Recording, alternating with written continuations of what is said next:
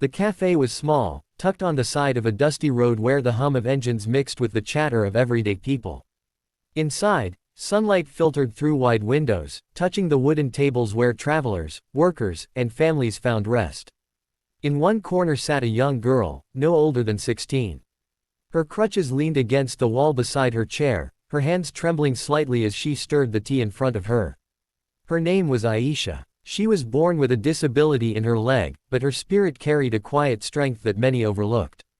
A group of 3 boys, loud and restless, swaggered into the cafe. They were the kind of boys who mistook arrogance for strength, seeking attention by mocking anyone weaker than them.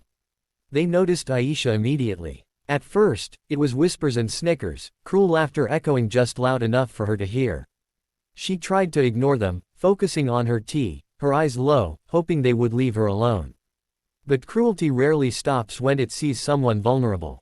One of the boys walked up, sneered, and without warning, slapped her across the face. The sound echoed, silencing the cafe for a moment. Aisha's teacup shook, spilling over the table, her eyes wide with shock and tears. The other 2 joined in, mocking her limp, imitating her slow walk, clapping their hands like it was entertainment.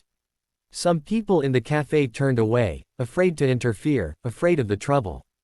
Others simply lowered their eyes, ashamed of their silence. Aisha's lips trembled, but she didn't cry out. She clutched her crutches tighter, trying to hold onto her dignity even as her cheeks burned with humiliation. Just then, a low rumble filled the air outside the cafe, the unmistakable growl of heavy engines. 1, then 2, then more.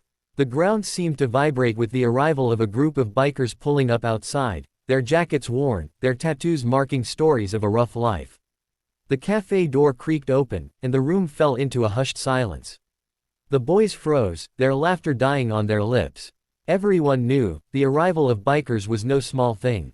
The first biker stepped in, tall, broad-shouldered, with a scar running across his cheek. His eyes swept the room and instantly caught sight of Aisha, her tear-streaked face, her trembling hands gripping the crutches. He didn't need an explanation.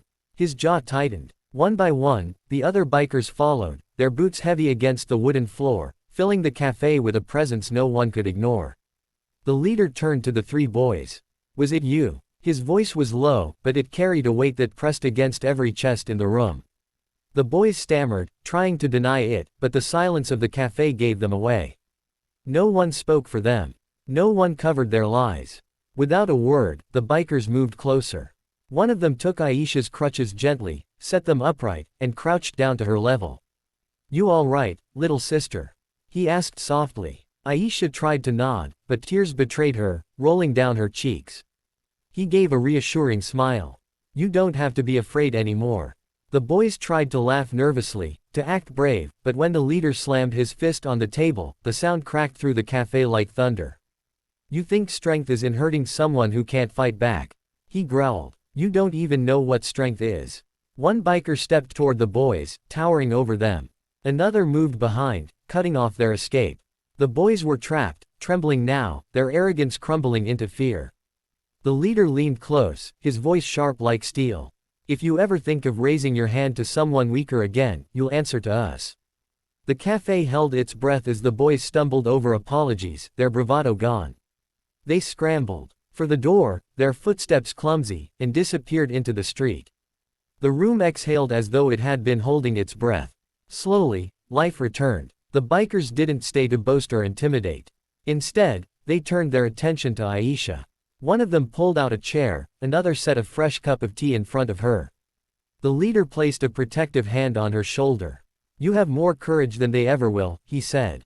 "Don't let them take that away from you." Aisha finally smiled, shy but genuine, her strength flickering back to life in the warmth of their protection. For the first time that day, she didn't feel small. She didn't feel weak. She felt seen. As the bikers mounted their bikes again, the cafe's patrons erupted in whispers, some clapping softly, others nodding in respect. The engines roared to life, leaving behind not just silence, but a story that would be retold in that town for years, that kindness, loyalty, and justice sometimes wear leather jackets and ride heavy motorcycles. Viewers, stories like these remind us of something simple yet powerful. Standing up for others doesn't require strength of fists, but strength of heart. If this moment touched you, if it made you feel the fire of justice and the warmth of humanity, then don't just keep it to yourself. Like this video, share it with someone who needs to hear it, and subscribe to this channel for more stories that inspire, protect, and remind us what it means to be human. Because in a world where silence lets cruelty win, your voice, your action, can make all the difference.